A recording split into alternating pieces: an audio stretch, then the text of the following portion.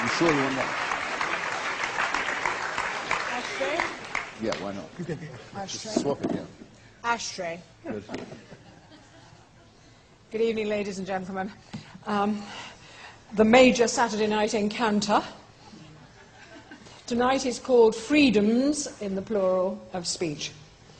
And we have here Christopher Hitchens, well known at this festival, celebrated at this festival, columnist, critic, polemicist, whose new book is not on sale, unfortunately, at the bookshop here, but I nonetheless thought I would speak of it because I've seen the proofs, and it's a life of Tom Paine, who I admire enormously, and of course it's very elegantly written. But interestingly, Christopher, it's dedicated to President Taliban of Iraq. Yes, slightly cheeky on my part, but Thomas Paine was given the key of the Bastille when he went to France by the Marquis de Lafayette, who had led the storming of the Bastille, and asked to bring it back across the Atlantic to give to George Washington. And if you go to President Washington's home in Mount Vernon, you can see it hanging on the wall to this day. And Paine dedicated his Rights of Man to General Washington, who was then a fairly obscure provincial politician in the fringes of the English-speaking world. And I thought, if I could dedicate mine to the first and only ever elected president of Iraq, who had formed a people's army of his own to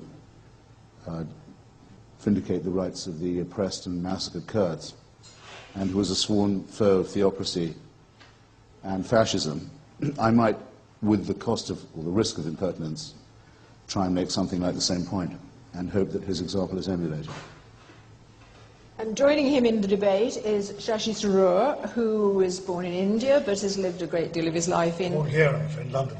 Oh, in London, right. Oh, I grew up in India. You grew up in India. But since 1978, correct me if I get the facts wrong, has worked at the United Nations in New York. And since 1989, you've been at the United Nations in New York. And in 2002, you had a sequence of jobs with wonderfully elusive titles, all of which sounded enormously important. But in 2002, it was defined as Under-Secretary General for Communications and Public Information at the United Nations. But you were also a novelist, a short story writer, an essayist, whose latest book is called Bookless in Baghdad. And tomorrow, at 10 o'clock tomorrow morning, you will be addressing the subject of terrorism, tolerance, and the global imagination. Is that your choice of... Yes, more or less. It sort of emerges from, in fact, a lecture I delivered at the Berlin Festival some years ago when I thought about whether we were, in this globalized world, developing such a thing as a global human imagination. And I'll go into that in more detail tomorrow, but mixing it up with issues of terrorism and tolerance, which have become so much more relevant and important in recent years. And more problematic in recent years. Right, freedoms of speech. Could I just add something? I don't want this to seem too pally, but I know something about Shashi that he hasn't said, and that you haven't said either, which is that he was, for a brief time, the president of the Indian P.G. Wodehouse Society, and whatever else may come between us this evening, we will always have that at bond, I hope. Okay, Christopher, what I propose is that we should hear from each of them for a moment or two, but I've selected four. There are many, many issues of freedom of speech at the moment, and it seems to me appropriate that we should perhaps home in on one or two of them, because only by addressing the detail can you begin to deal with the generalities, and we can all spout lots of generalities about freedom, and it doesn't amount to very much. So that I therefore have proposed to them, and they know which ones they are, four particular issues. And we'll address those, and then later in the evening throw the discussion open for contributions from you and for questions. So freedoms in the plural, freedoms of speech, Christopher. Would you like to start? Well, there's a category in America where I live of people who are known as First Amendment absolutists. I consider myself one of them. The First Amendment to the US Constitution says that Congress may make no law of any sort respecting the abridgment of freedom of the press or of expression or of free assembly. And those of us who say that that amendment means exactly what it says and nothing else, that it's written so to speak, no wiggle room exists, are known as the First Amendment absolutists. It only answers half the question that faces us, of course, because it usually isn't Congress or the state that tries to abridge free expression or free speech. Many a journalist hopes to be martyred one day by an attempt to censor him by the authorities. They live for this moment. There are even singers, like the Dixie Chicks, who think they can claim martyrdom of this kind. Actually, in the present situation, the main threat to free expression comes from public opinion.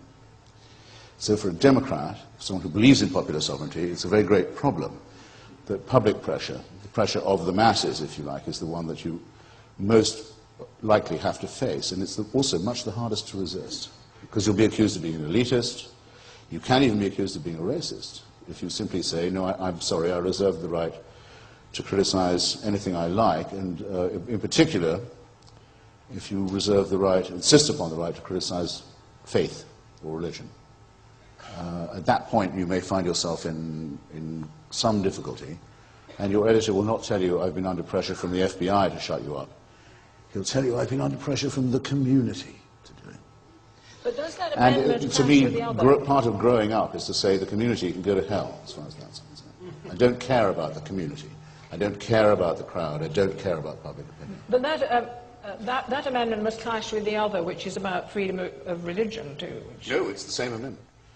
The reason why the First Amendment is so important is that the Establishment Clause, as it's called, forbids the US government to take any side in a religious dispute or to allow any privilege for any faith or any faith-based group or any church. Is the same amendment that says there can be no abridgment of the freedom of expression. So it's as tightly written as any possible amendment could be.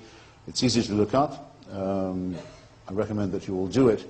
I was a founding member of Charter 88 in 1988 that said that an equivalent Bill of Rights should be promulgated for the United Kingdom in place of monarchy, tradition, heredity, and the famously unwritten rights that we have, rather like our invisible exports. I'd rather have things palpable myself, and upholdable, and inalienable, or unalienable, as President Bush used to put it. Clear on the point, but unclear on the concept. Shashi, can I turn to you to address initially that particular concept, freedoms of speech? Of speech. Well, I think that's probably where I'll start disagreeing with Christopher. I mean, I'm not an absolutist about that or anything else, largely because, though I believe passionately in freedom of speech and freedom of the press, and have chosen to exercise it in my writings, I think I do believe very much that this has to be upheld and protected. I tend, from where I sit, to see the case for responsibility as well, and that is for taking into account that freedom of speech has consequences that the speaker ought to bear in mind. And since Christopher came up with an American example, I think it's also worthwhile quoting the American Supreme Court Justice Oliver Wendell Holmes, who said that freedom of speech does not extend to the right to shout fire falsely in a crowded theatre. In other words, when your freedom of speech causes other people harm, you do have to think twice about whether you can exercise it. And I suppose at some point the authorities have the responsibility to ensure that freedom is exercised reasonably. Now that's all very well in a democracy where we would like to think that the system is so constructed so that these judgments are made reasonably and fairly and not for ulterior motives. But when Christopher comes up with the question of the community, that's when we get into a different sort of problem, because there, it's, as he said, it's not so much about whether the state is trying to abridge your freedoms of speech. It's whether you say or write or paint or do other things which cause such grievous offense to a section of people in the society in which you live that the societal well-being is jeopardized. We were talking before coming in, I told you this anecdote, a true one, about 10 years ago from India, when a Bangalore newspaper in its Sunday magazine section published a short story called Muhammad the Idiot, which was about a retarded boy called Muhammad. And of course, the title was enough to inflame a mob of very, very angry people who stormed the newspaper, trashed the offices, broke up the press. And I have to tell you that very many fans of Indian democracy and freedom of speech didn't actually have much sympathy for the newspaper. It was they really ought to have known better, was the attitude. And indeed, the newspaper abjectly apologized the next day. And I believe the author of that headline has not worked in the paper since. So the problem here is, I'm afraid, one of what do you think in your society, in the social circumstances in which you're functioning, you can reasonably do without provoking a serious law and order problem. So that case would be, when Christopher, you can come in a moment, the issue there is one of bad editing, because the art... It may have been the author's original title, I have no idea. No, but I mean, should it not have been noted by the editor, publisher, etc., at that point, that the very phrase itself, which was not intrinsic to the story, was going to be problematic? Incendiary, yes. It should have been. You know, it's easy enough to say that if something provokes a mob to violence, it's the mob that ought to be punished or prosecuted for violating the law and being violent. But then you get into the whole question of whether a certain offence was so grievous as to serve as a sort of extenuation for the outrage expressed by the mob. We've seen this in the Satanic Verses debate too. Christopher? Fire. Fire. Well, you know he's saying it falsely, don't you? No, well, two points about that. One is, the only fire is at the how tip do of your you cigarette. know how you could be just as liable to start a panic if there was a fire by shouting fire as you could, in fact more likely than you would be liable to start a panic if there was not, as I think I've just demonstrated. Justice Holmes's famous judgment, it seems to me, is one of the stupidest remarks ever made from the bench of the United States Supreme Court. And by the way, he made it in the following context. A group of Yiddish-speaking socialists who were opposed to Mr. Wilson's First World War and America's participation in the imperial bloodbath gave out leaflets in Yiddish in New York saying, don't sign up for the war, don't believe in it, you're being led into a disaster. They were put in prison for life for producing leaflets in Yiddish, making a socialist case against the war. And the bloody fool Wendell Holmes had the nerve to say it was the equivalent of shouting fire in a crowded theatre where there was no fire. Of course there was fire. There was a bloodbath on the Western Front. That's a fire enough for anybody. So, you shouldn't have used such a bullshit example. Oh, all right. Right, okay. Sorry, let me rephrase it. Your right to wave your fist stops just short of my face. How about that? Well, the second thing is, as Mr. Lincoln once said, just as I would not be a slave, so I would not be a master. I don't claim the right not to be censored, I claim the right not to be a censor. I insist on this. The beliefs of the religious are very offensive to me. When I have to read in the newspapers that if I don't accept a bogus story about a supposed human sacrifice that took place in Jerusalem in something like AD 1933, if I don't accept this, I'm going to hell. If I don't accept this wonderful offer, I'm extremely offended. I think of all the cruelty and violence and misery and stupidity that's been inflicted by that. I do not go and burn down the nearest Baptist or Catholic church. I'd be ashamed of myself if I did. I don't call for people to form mobs to vindicate my hurt feelings. I don't do it. The Archangel Gabriel never said a word to the peasant Muhammad. Not a word. The event, as described, did not take place. I feel quite certain in saying so. Any more than the Archangel Gabriel announced himself to the non-Virgin Mary. I find it repellent to have to hear of people and the way they're treated who live under systems where that stuff is believed.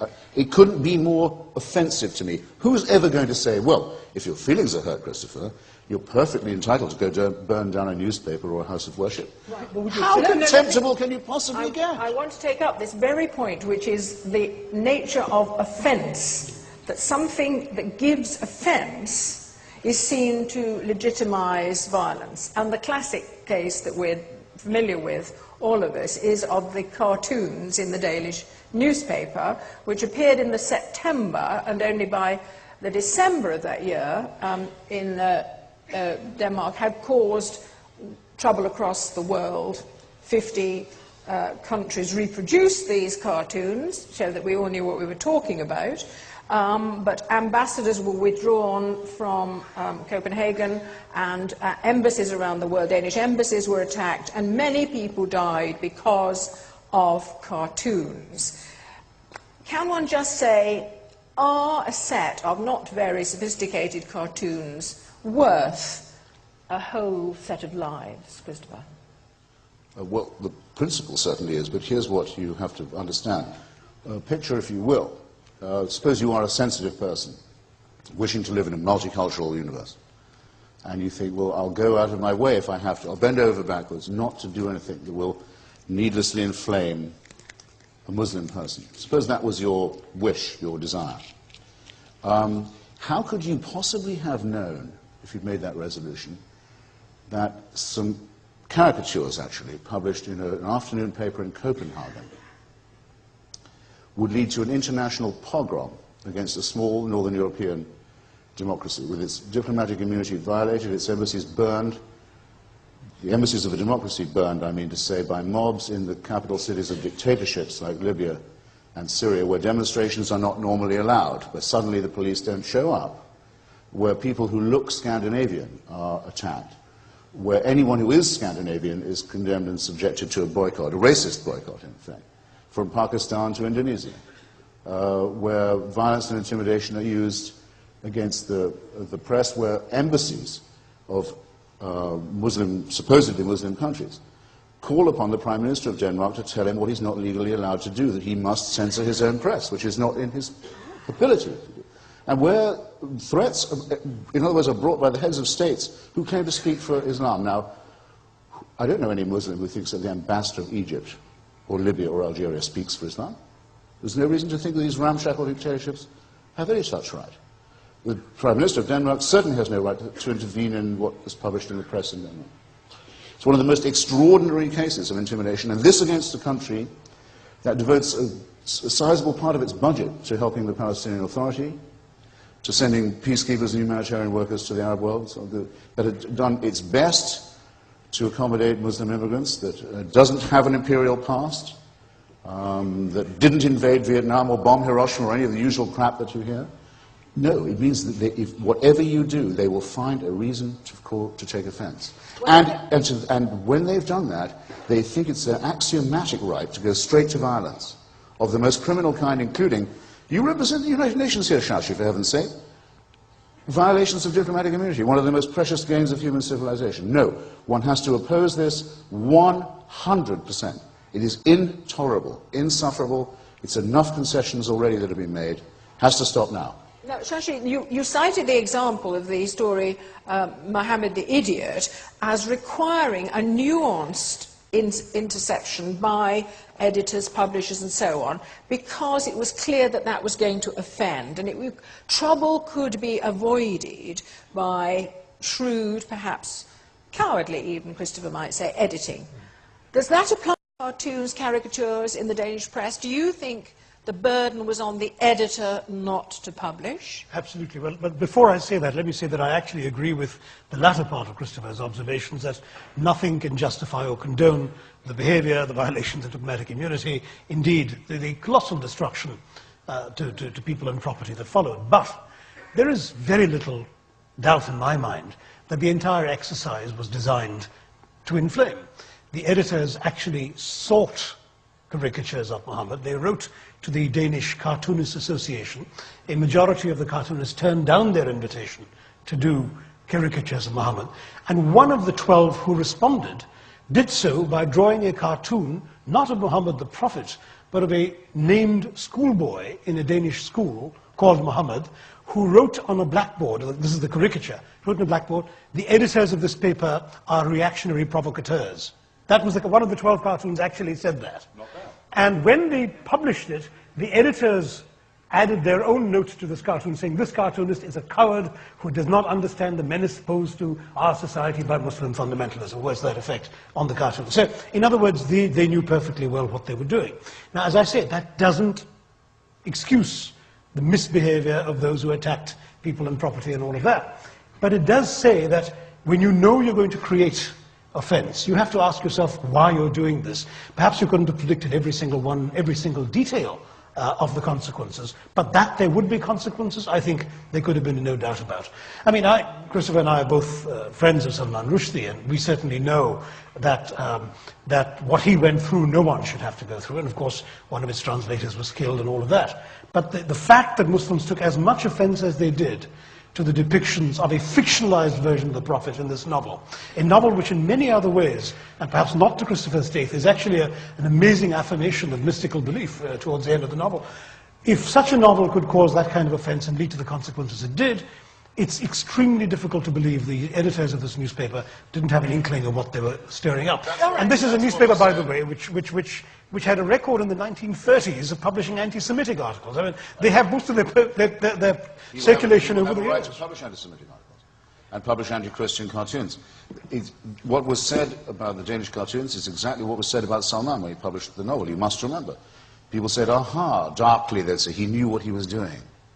Hugh Trevor Roper said he should be beaten up and kicked around in the street by Pakistani gangs because he hoped to bring on a response. Well, of course he wrote a novel using Holy Writ for literary purposes, knowing that that might upset some people. He thought it was about time to open this discussion in the Muslim world, and many Muslim intellectuals sided with him.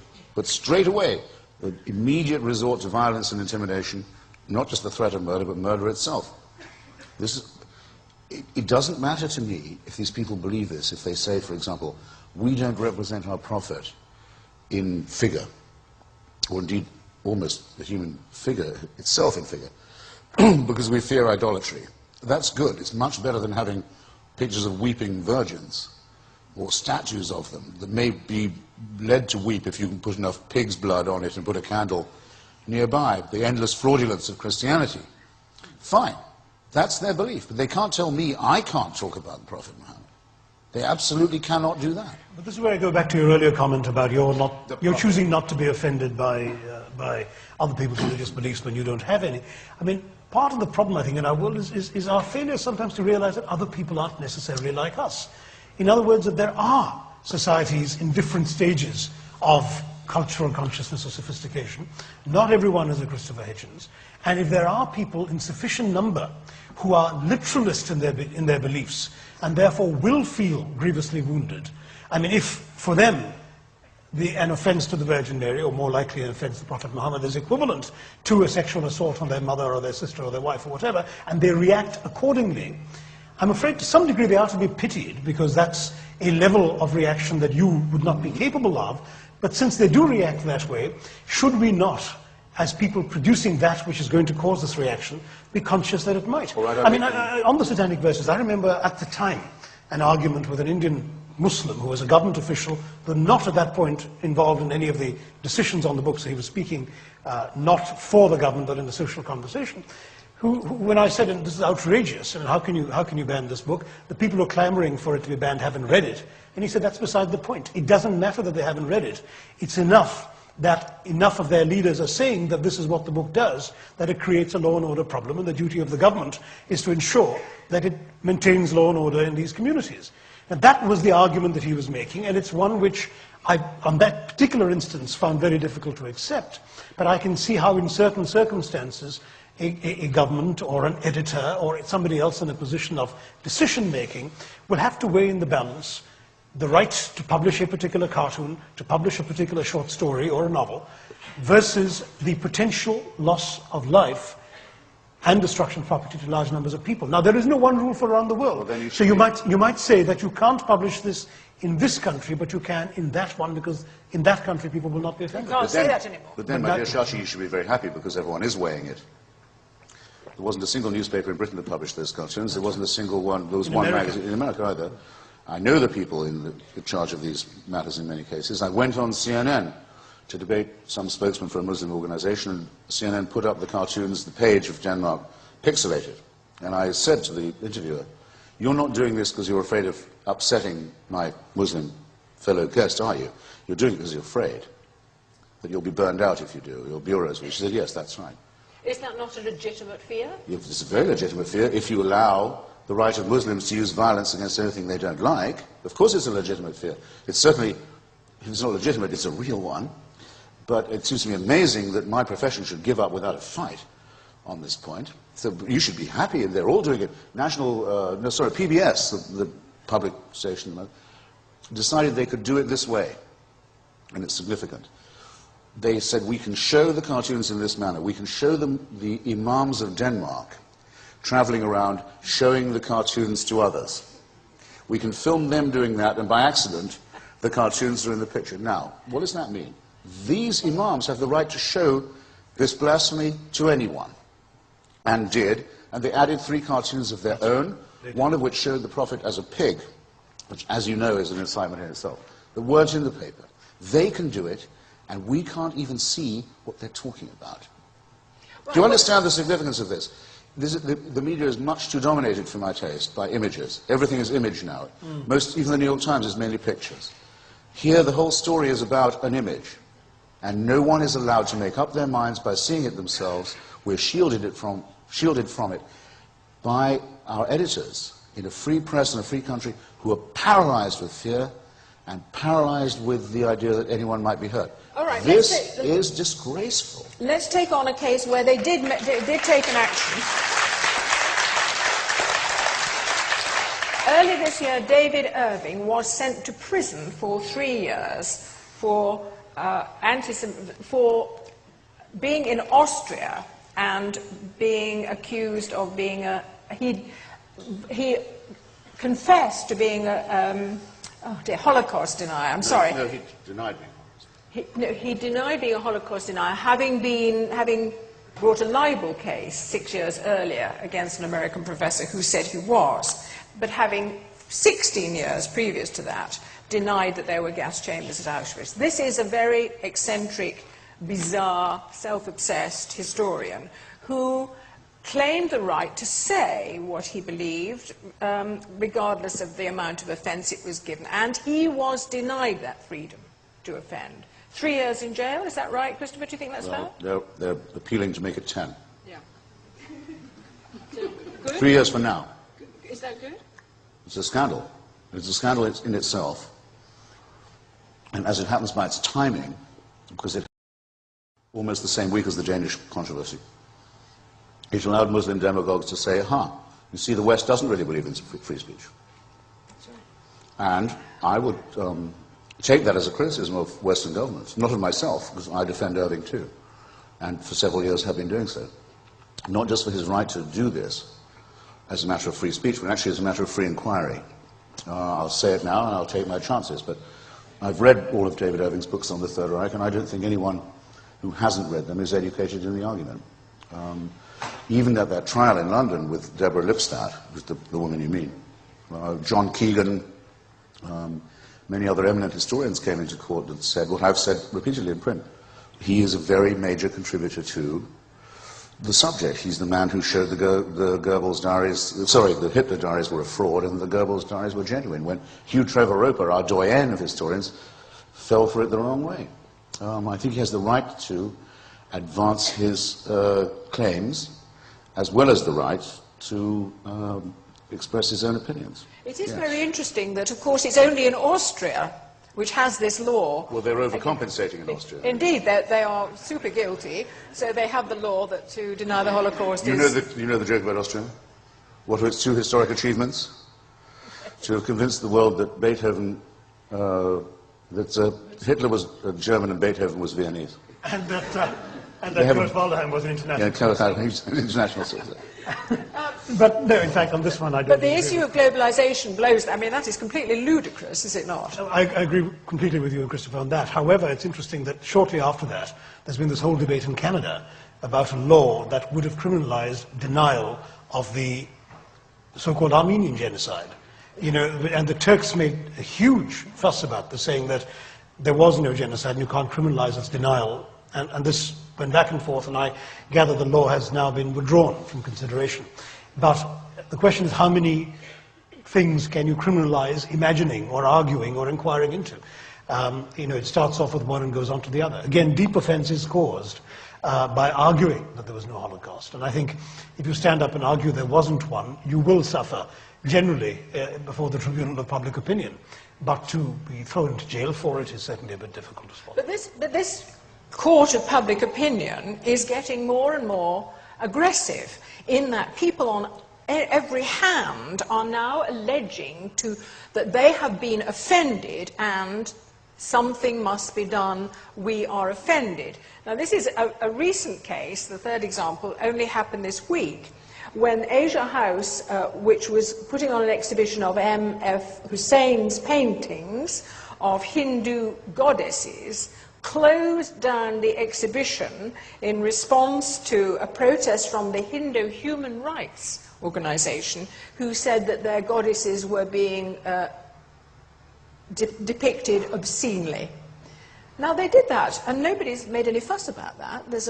You tell me he's a very distinguished painter. Oh, he's India's Picasso. It's an outrageous thing that this was done. I heard about it from you. I hadn't heard about it previously. But there was a similar episode in Gujarat when an exhibition of his was trashed by a mob.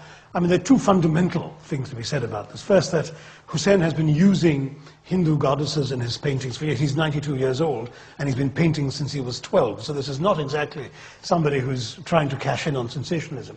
And he uses Hindu iconography very much neither for religious purposes nor for sacrilegious purposes. He sees this essentially as a cultural construct. For him, as an Indian Muslim painter, he derives, as it were, sustenance from the cultural traditions of India. And he sees, therefore, an image of a goddess as something that he can use in his art, just as when he did paintings about Kerala in a book that I co-authored with him, he used an elephant as a symbol of Kerala. In many ways, he sees a goddess. I remember him doing some paintings that many of us criticized at the time, praising Indira Gandhi by depicting her as the goddess Durga. So he's somebody who's used these metaphors before, and no one has objected. But now we are living in a climate where intolerance is allowed to prevail.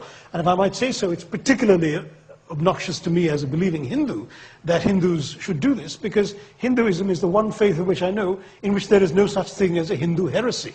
You're free to believe pretty much anything and be a Hindu, and disbelieve anything and still be a Hindu, which is what makes it such an attractive religion. Hindu art depicts goddesses in the most extraordinary ways. Well, actually, I have to say, any religion involves being able to believe in anything.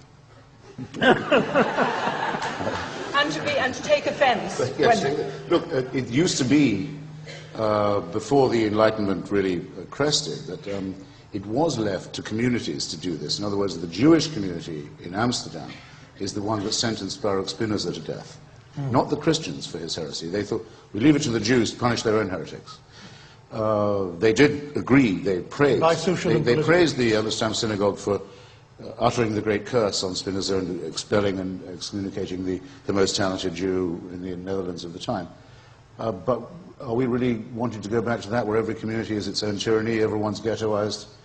If you're Hindu, you can condemn another? No, I really think we have to have a Bill of Rights that applies to everybody, and to which any citizen of any stripe or religion can appeal if they've been oppressed by the wider community or by their own. This particular example of the paintings, though, the painter is condemned by the Hindu community basically because he's a Muslim who dared to do such depictions rather than a Hindu. Right. So, I'm sure well, as we know with the cartoons, only Muslims are allowed to represent the Prophet Muhammad as a pig.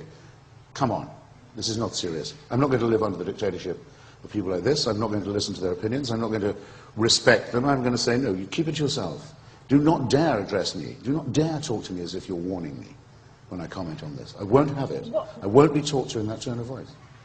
Christopher, you're quite right about this. This is clearly a shared view, I would say, by people in this room. Now, one can say one must not yield. One must defend the right to offend others. One must not close down theatres. One must not close down exhibitions. But the fact is, under pressure of the mob, from all sorts of different directions, it is actually playing into the political agenda, which is now on the public stage. So we can inveigh against it. We can deplore it.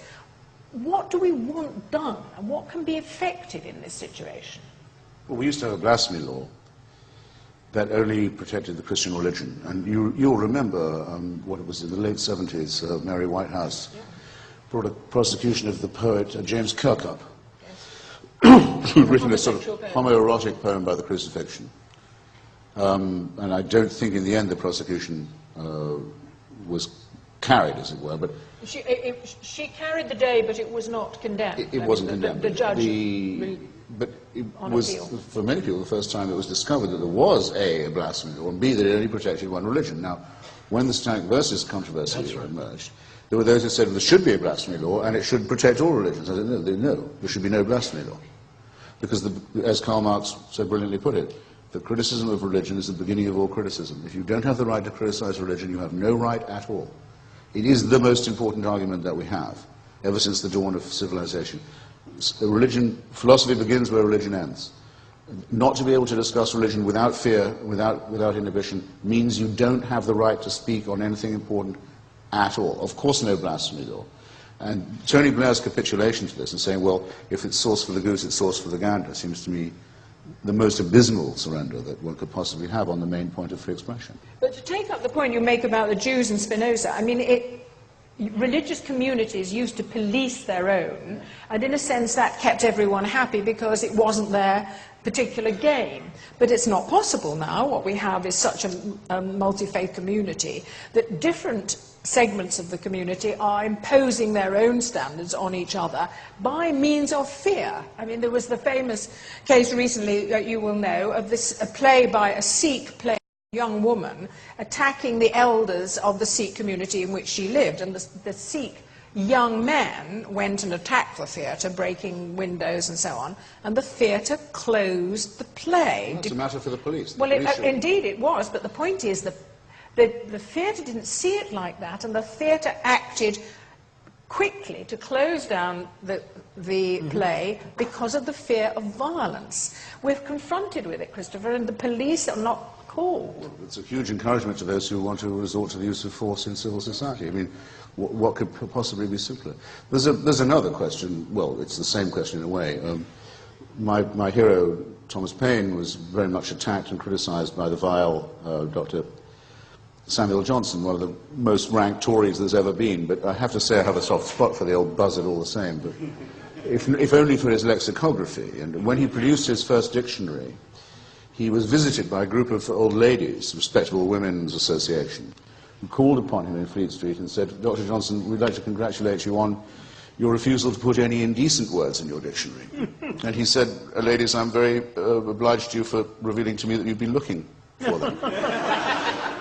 That simple story is actually all you need about the censorship mentality. Those who want to be offended will always find something. There's no way of forestalling that. And just as one cannot tolerate being censored oneself, one can say with absolute confidence that if one was in favor of censorship, in principle, platonically, say, we wish it could be done, decency could be protected, obscenity could be avoided, offense could be... Who's going to get the job? Do you know anyone? There will never be a human being born who's good enough for that job. No man is good enough to be another man's master in that way. There cannot be a censor or censorship that does not degenerate into absurdity and corruption, and there never has been, and there never will be, and all the excuses for it that there could be, that it protects superstition and religious fanaticism would be the worst. Do you agree? Oh, I agree. I'm certainly against censorship of any sort, certainly official censorship. What I'm talking about is self-restraint and responsibility on the parts of those who are conducting certain actions. Policing by the community doesn't actually solve it. I mean, you might well find, for example, there could well be Muslim conservatives who want to buy peace with Hindu extremists by condemning their own M.F. Hussain, as it were. In any case, M.F. Hussain wouldn't want to be principally thought of as a Muslim anyway. He is a Muslim, but he would rather be thought of, first of all, as a painter. His religion is incidental to his art. And I think they'll never there's get no... that point. Yeah, they'll never get that point. But that's precisely where I'm not supporting any idea of self-policing by communities. But I do think that the law and order argument can't entirely be overlooked.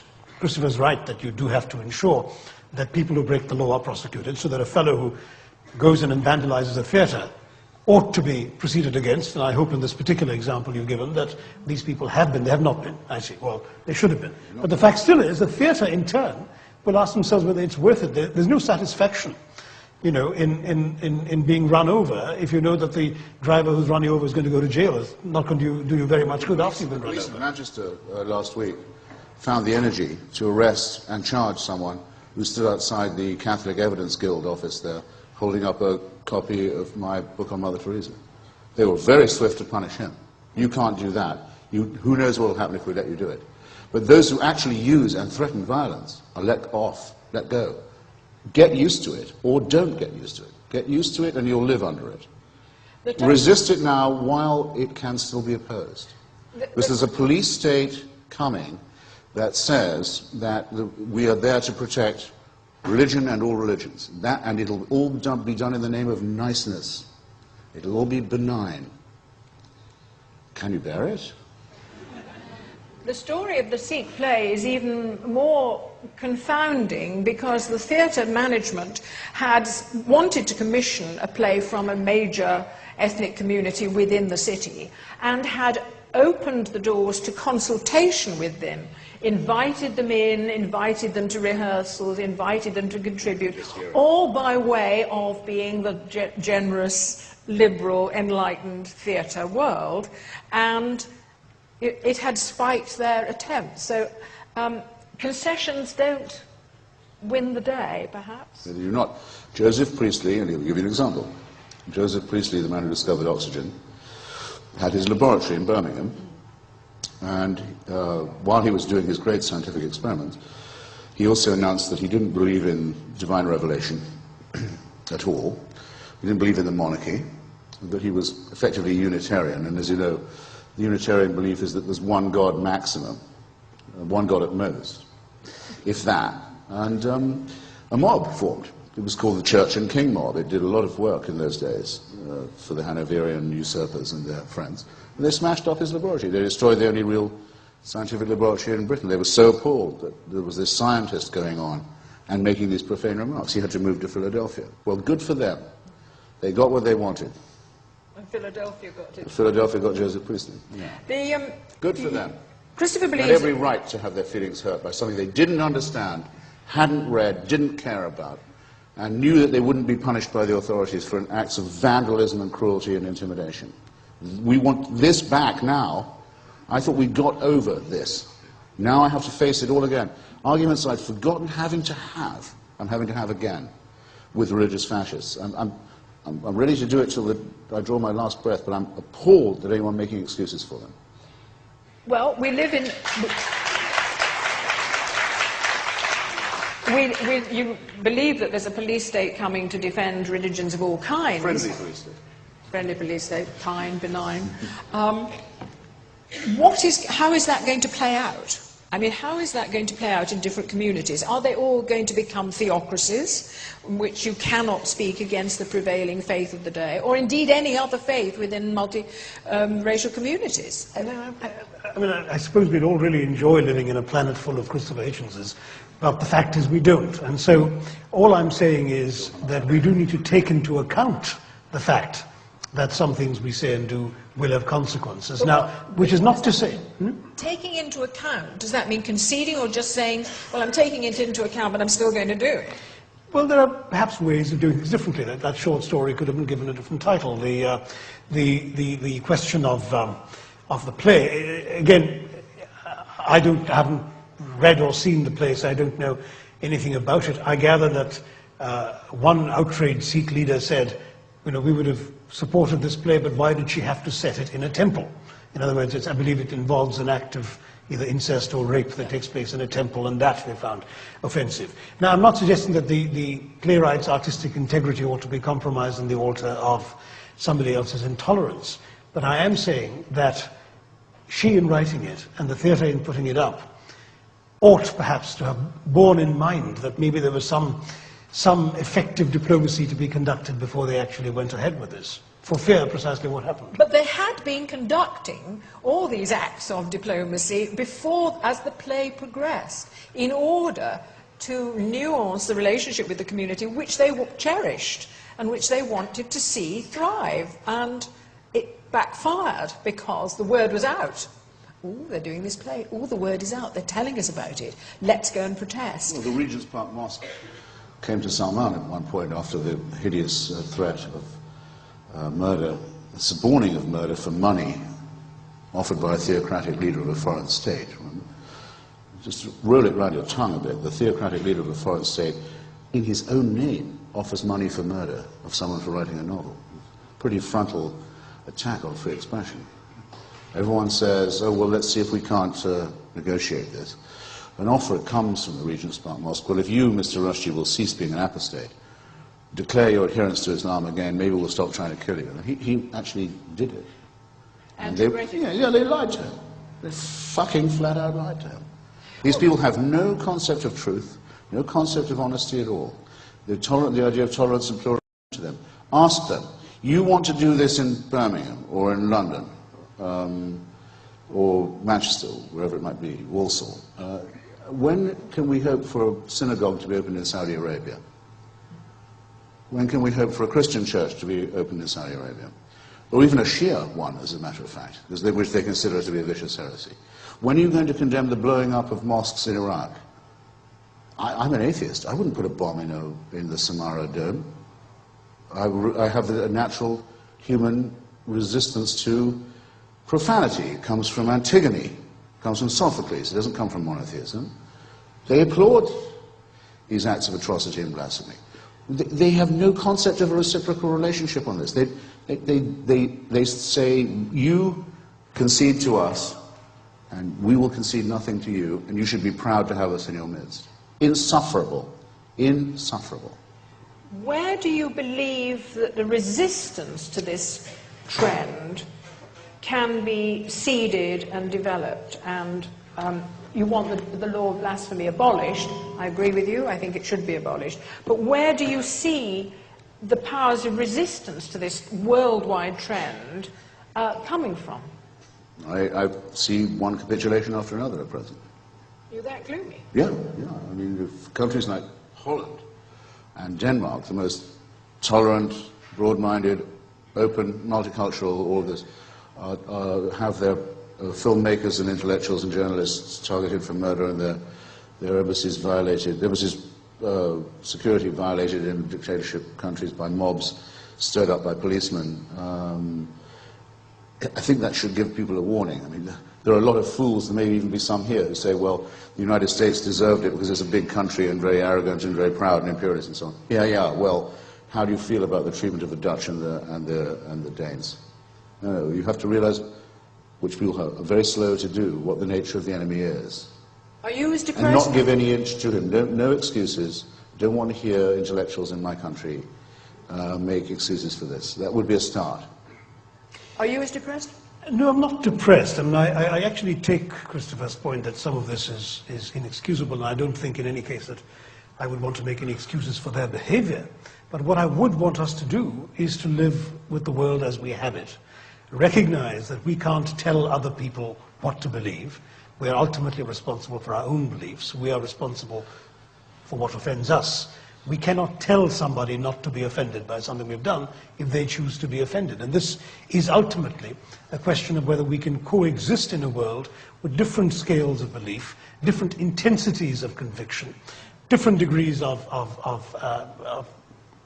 disbelief or unbelief in the case of some, and at the same time manage to get along. I mean, I'm afraid that certainly from where I sit in the United Nations, we are actively trying to promote what we call a dialogue among civilizations, which is all about trying to focus on the things we respect in each other, in other cultures, and minimize the areas of friction and disagreement.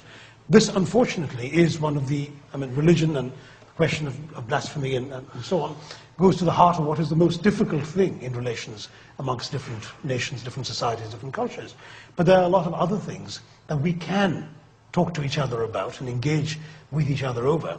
And therefore, because of that, I'm not depressed. I think there will be changes. Shashi, there will be evolution in people's attitudes. You're talking about something much softer, I think. You're talking about an interfaith dialogue, as you talked about a multi-religious community. What about the most important minority in the history of the world? Those who have never believed in God, those who believe that an ethical life is possible without religion, those who have studied the stuff and know that Judaism is derived from ancient race myths, and that Christianity is a plagiarism of that, and Islam an even worse plagiarism of the two above, who don't want it. There are lots of us. Actually, the largest branch of the humanist movement in the world is probably in India, which has a wonderful secular tradition. We have to be insulted and outraged every day by what we see, what we read, by slaughter and murder. Slaughter and murder and barbarism and insult and superstitious nonsense. We do not reply in kind. We don't say, we'll go and kill you if you go on insulting us like this. Do we get no credit for saying this?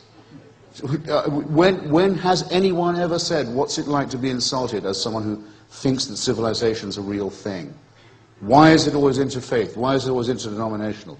Why can't we say that all of these cults are equal and equivalent glimpses of the untrue.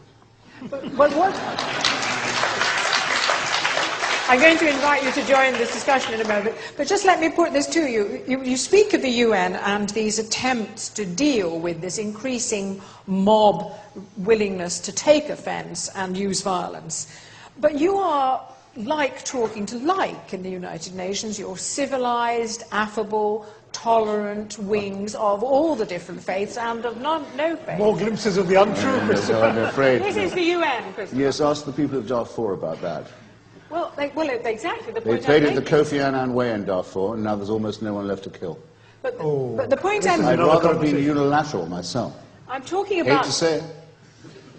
Even preemptive would have been better than watching the mass slaughter by Arab Muslims of African Muslims. Our African brothers and sisters are being killed as we speak in thousands every day in the youth. And we decided to play at the Kofi Annan way. Is there a unilateral option? It'll be over soon. Is there a single country on earth that's prepared to go to war over these people in Darfur? The solutions that are being found... If you know what would be said. Well, I'm just telling you. No, we're not getting into it. Let me just... I want to make I don't know, I'm beginning to feel... Christopher, I'm asking you... making the point. I'm making your point for you, Christopher. Oh, darling. That the UN are having conversations and being very civilised together, but they are not effective in arenas where people are killing and murdering because they are living in a different world. There is no association between the debates within the UN and what goes on in the killing fields. Is that not the point you were making, I would think? I mean, how can you be effective? Well, I'd like to think we have been effective. I mean, there's a slew of Nobel Peace Prizes on the walls of the United Nations to point to various effective cases. Mother Teresa and Henry Kissinger. That's right. Well, we're not resting on our laurels or theirs. Two merchants of death and superstition. It's so difficult to argue with Christopher because I enjoy him so much. But the fact is... You see why he's a diplomat and I'm not. Right, let's have the lights up and you can all join in this. Do we have microphones here too? Can we? Yes? Yes, the microphone's there. Can we have some lights and I can see who we can go to? There's a hand up there. There's a hand up there. Oh, right, yes, let's go there, please. And that's getting better. Yes? I'm a monarchist and a mystic, but I applaud you, Christopher. Right. Somebody here? It's jolly decent of you.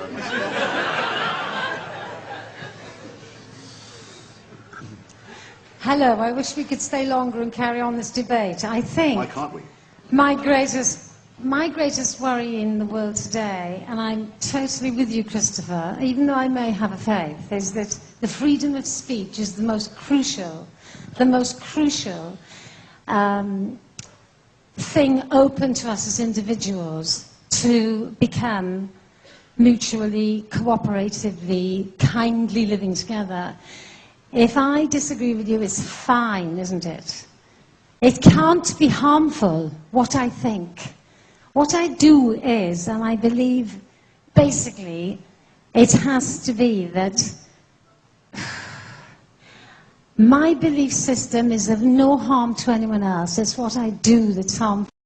The reason is, when I hear a debate like this, it's as if Christopher is the one who's wrong because he has the courage to be very, very direct in what he says. And I find in my life, when I speak passionately about anything, people accuse me of being aggressive. I'm not aggressive. I care. And I think speech and freedom of speech has got to be put on the agenda much more. We are losing it. We are losing it day by day. Thank you. Someone over there? While the mic's travelling, could I just make one point? I mean, I think it's important, and I should have said this to Christopher too. It's not about your belief system or Christopher's or anybody else's. It's about the way you choose to express your belief system in relation to someone else.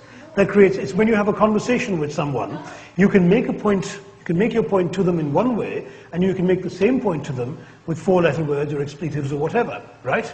And you would not do the latter because you know it would make it difficult for you to talk to the other person because the other person would react not to the substance of your beliefs, but to your four-letter words. That's normal human social interaction. In a sad way, what's happening with this debate in terms of Islam is that a lot of what is being said or written is interpreted by many Muslims, not all, but by many, as the equivalent of four-letter words directed at them. And so one could make a different point about the rationality or otherwise of your beliefs and theirs, without doing so in a way, as these caricatures did, that was seen by them as direct insults. That's the difference. Well, Okay, yes, he has. Yeah. Yes, he has. Yeah, yeah. I know. But look, I wouldn't. Speech what you've just done to me. Because I don't know. Yes, give her them. Can't bloody hear. okay, we'll take Can't that four-letter point. hear. There's somebody over there. Has they got a microphone over there? At the back there? Yes? Okay. Seems to be that a lot of this comes down to a subjective judgment. How offended do I have to be to get rights? Sorry? The right to be offended. How offended do I have to be to get these rights? To make a fuss? You should probably cloak it in faith. There's a privilege for that. If someone said, I don't like what you just said, I'm going to kill you, I think the police might be on your side. If they said, I don't like what you said, I'm going to kill you because it was my faith, you can't count on the cops or the government anymore to do their job. And to the lady in the front, I do not say my belief system is no threat to anyone else's. I would hate to say that. I think my belief system is definitely a threat to those who believe in God and wish to impose theocracy. If it wasn't, I would be ashamed to have it. But we can, if you want to make it gentle, we can. We have a great tradition in this country. It goes back, well, a long way, but the classic statements of which are in John Milton's Areopagitica and in John Stuart Mill's essay on liberty, where it is said that however discredited an opinion may be, to ban it would still be a huge mistake, because otherwise there would be no way of finding out if you yourself had made a correct point, if you had no opponent, if you'd silenced them. There would be nothing to argue with. There would be no measure of your own articulacy or your own willingness to argue. Thus, it must always be the case that any opinion, no matter how unpopular, must be at the front and center of the argument. Rosa Luxemburg put it even better, actually. She said freedom of speech is meaningless unless it's for the person who thinks differently. Do you believe in the laws of libel, slander? No. I left England partly because of the laws of libel. It makes journalism almost impossible because, again, it's a matter of hurt feelings. A person who's bringing a lawsuit in Britain, many of them tried it on me when I was here, some of them have tried it since I've left, has only to prove that their reputation has been damaged or their feelings hurt. They don't have to prove that what I say is not true. They have it again. That's a secular form of the blasphemy law. Right, there was someone down here who's got a microphone already, and there's somebody... Thank you. Yeah, let's hear. We'll just have a few questions and then we'll do a black... I'm going to defer to Christopher on my American history, but I seem to remember in freedom of speech there's something about inciting violence. And I'm kind of curious as to why no one's mentioned George Galloway saying that Tony Blair should be the subject of suicide bombers. Is it just too absurd? Or otherwise unworthy? Okay, we'll... Sorry, to exhale more rapidly than I wanted to. I'll remember the question then. Galloway and Tony Blair. I have a question over here. Have we got a microphone? Where's the microphone? Nobody can speak until there's a microphone. Has someone a microphone? Yes. Then speak, please. Okay. I'm an atheist, and like Christopher, I'm also offended on a daily basis by the idea that because I don't believe in some kind of revealed truth, it's not possible for me to lead a moral and a decent and an ethical life. I find that very offensive. But listening to the debate, I'm starting to think that maybe the problem is that us atheists are just too nice, and we suffer our offence in silence. So perhaps we should get a bit more nasty. And take offence. No, I know how you feel. I'm always being told I'm too nice. Bring the microphone here. Someone over here? It's a dreadful accusation, isn't it? There's someone in the middle who's the middle people here aren't getting a bite of the chair. Wait a minute, we must have a microphone. Microphone. Cross. Thank you. And then there's... Yes. Yeah, this is an interesting debate, and Christopher Hitchens has, you live up to your reputation being a formidable debater. But I suspect that I'm Indian, and I rather sympathize with the view that Mr. Tharoor takes, because, the specifics of the position that he's taking in this debate are very, very peculiar to what we see in India. 150 million Muslims, 80 million Christians, 800 million Hindus, and some of them have views that are even more right to what Adolf Hitler had about the views and there are about 50, 60 million of them, quite a substantial number. So, we did have laws in our country for how exactly you depict religious minorities, largely because there is no saying how remarks could be taken within or outside, out with the context of how they are expressed. So I may have the right to free speech because, I'm an educated man and live an international life, and, I can sit at the Hay Festival and listen to you.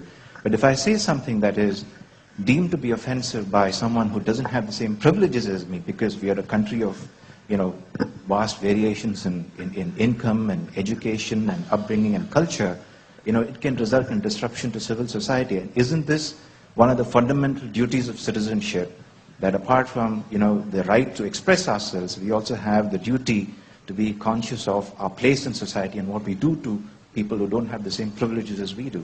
So maybe we are talking about cultural context. In Western Europe, we have the right and the privilege to make these remarks, and they won't be taken out of context. And we are outraged when they are by people who don't have the same privileges as us. But, this is an Indian situation which I thought I'd bring to you. Right. Yes. Now, you will take on that question on the No, Galloway I question. prefer that question above all Yes. others. I mean, Yes. because one of the things, that's how I know Shashi, I'm a great lover of India and its secular constitution and its multi-ethnic and multicultural life. I mean, it was true 2 years ago, I think you could say in India that the president of India was a Muslim. Still is. Still. The head of the Indian nuclear program was a Muslim. The editor of the Times of India was a Muslim. The head of the Indian cricket team was a Muslim. I forget how it goes. No longer, but and there are more Muslims in India than there are in Pakistan. And everyone remembers what last happened when there was a struggle over whether you were a Hindu or a Muslim or a Christian. And one of the most evil things about the Al-Qaeda organization is that it hopes to destroy the attachment of India to Pakistan, of Kashmir to India, and annex it to Pakistan, which, if it was successful, would lead to a bloodbath that would make 1947-48 seem absolutely negligible. So it's a matter really of etiquette. I don't go around in Washington, where I live, standing outside a synagogue and saying, "You filthy Jew." I have the right to do it, but I don't. Let alone outside a mosque or outside a Catholic church. I wouldn't dream of doing such a thing. The question is, how much does this etiquette depend upon us? For example, there's a famous six-letter word, actually, that used to be used about African Americans in the United States that nobody uses anymore. There's no law that says you can't. No serious person would use it, and no serious person would listen to it being said and not protest. That was done without legislation. There's no one, it's not illegal to do it. It's a cultural achievement, civilizational achievement. What I'm being asked to do, though, sir, you understand the distinction I'm going to make. What I'm being asked to do in, I'll call it my own country just for now, my country of birth, my country of adoption, is legally to be told I may not criticize someone else's religious belief. Now, that's quite different. Yeah, but I didn't... If you don't see that difference, and I think you do, then I've been making my points very clumsily. But I hope I've made it in a more polished way this time. Christopher, may I chip in? Because I don't think anyone, this is a straw man, this business about legislation making things impossible, because I'm not in favor of a blasphemy law any more than you are. But you've just made the point that I was making, which is that ultimately this is a question of cultural evolution, and that different cultures in different parts of the world have evolved differently, and your absolutist position doesn't take sufficiently into account the fact that other societies and cultures are not at the place that you would have them be. That's precisely my argument. You've just made my point. I think the situation is much better in India than it is here. No one is forbidden to criticize someone else's religion, but everybody knows they have a civic and social responsibility.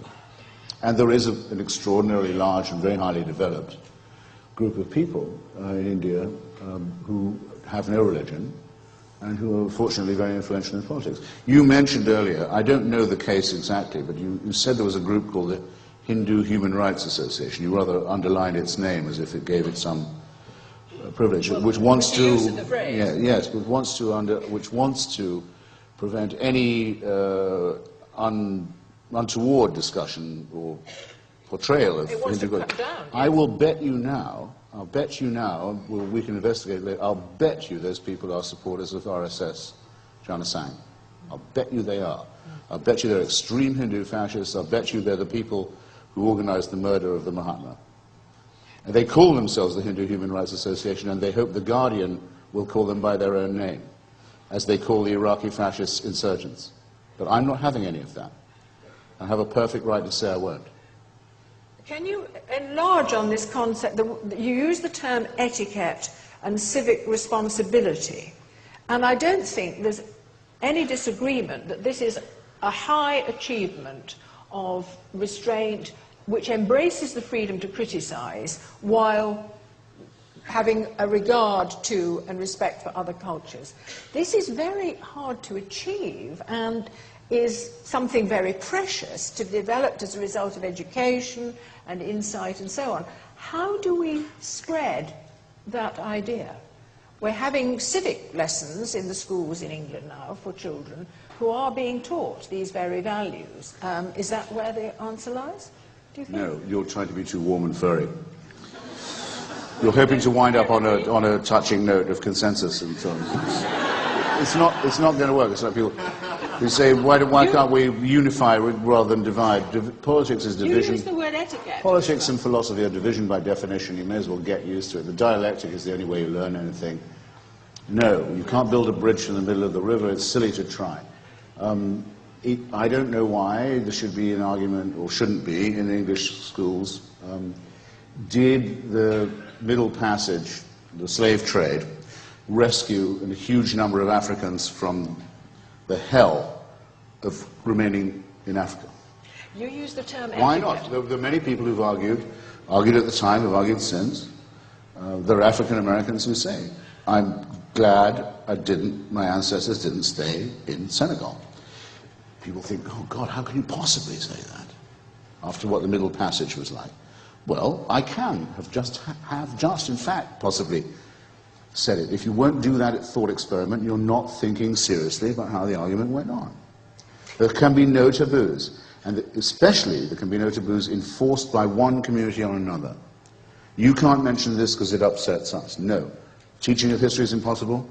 Teaching of philosophy is impossible. Teaching of argument, how to debate is impossible. How can you teach the Burke-Paine debate, or the debate between Wilberforce and Huxley about evolution, without upsetting somebody? May I just say that you have, with your very example of the six-letter word in America, talked about something that is taboo. And unfortunately, whether you and I feel that way or not, there are a lot of Muslims for whom those caricatures of Muhammad were exactly what that six-letter word would be to a black American. Nonsense.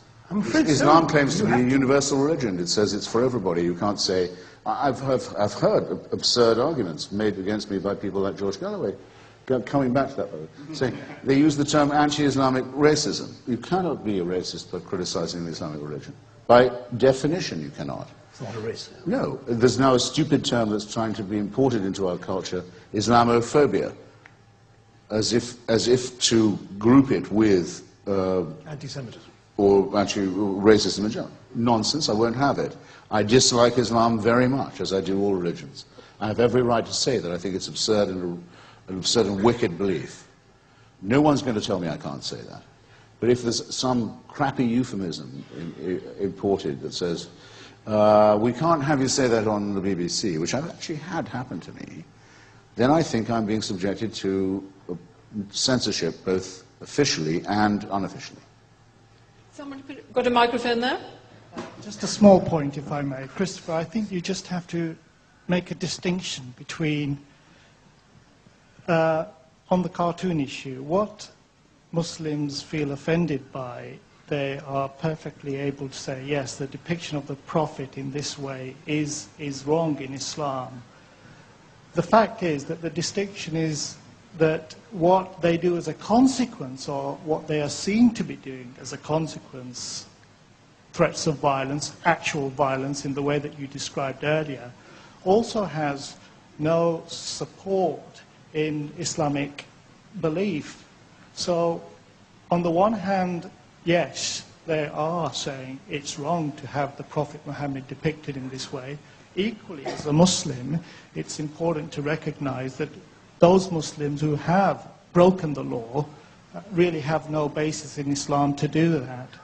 The Prophet Muhammad, from the birth of Islam, faced great trials and tribulations, but in my reading of his life, the peaceful way of resolving dispute was always the way that was guaranteed to bring success, and that's how Islam, by and large, throughout most of the world. Thank you. We're running out of time. We're well over time because we were enjoying ourselves, but I'm just going to ask, as I would bring us to an end, the lights are flashing violently. You must address the George Galloway point that was made here. Well, okay, but I don't want the gentleman there to think that I'm avoiding it. No. There is a fighting words exemption in some American jurisprudence about the First Amendment, and that's actually what Oliver Wendell Holmes was talking about. There's a time when a word is a weapon, when you're fighting a fight, and so forth. On the whole, that's been struck down. There hasn't been a speech prosecution in America since 1967-8, the middle of the Vietnam War. There were two prosecutions, one of my friend Julian Bond, who tried to run as a black man for an anti-war candidate for a seat in the Georgia Assembly, and because he was opposed to the war, even though he won the election, he was not allowed to be seated. And there was, the same year, a prosecution of a Klansman for making Klan-like remarks. Both of those were struck down by the courts. There hasn't been a fighting words prosecution in the US since then, I believe I'm right in saying. And Mr. Galloway clearly did not call for the murder of the Prime Minister because he hasn't got enough guts to do that. He says, I would like it if it happened, but I'm not calling for it. In other words, if it does happen, don't look at me, but I did pre-approve it. He said it would have a moral justification in his spectrum of moral. He said it would be a good Didn't thing, use but the he word would, like but he it. did not. He recovered in time to say, well, of course I'm not recommending so. So if it happens, all we can say is that Galloway pre-approved it so that he's a coward, as I know him to be, a complete coward, moral coward, political coward, as well as a pimp for and a prostitute of Saddam Hussein and many other dictators. There's Aneurin Bevan used to say about the British press, there's no need for a censor because there's no need to muzzle sheep. Of George Galloway, you can say a person like that, who's a prostitute for fascism, convicts himself. But it was very interesting to see how unbrave he was, as well as how demagogic. An absolutely perfect combination of scumbaggery combined and double distilled. To your point, sir, I can't be expected to arbitrate on what is or is not the Muslim correct view. There are those who say that Islam mandates suicide bombing and the way to paradise, and there are those who say that's not true. Don't ask me to say which is the proper Islamic view. There appears to be no way to find out. Christopher, I think I speak for us all in this room to say how much we enjoy these encounters, how important the debate of this nature is to the people here and to the world at large, in a world in which we feel the threat against ideas and expression, which we all stand by as one of the absolutely basic bedrock values of our society. So thank you for being here to debate that issue, and thank you to you all.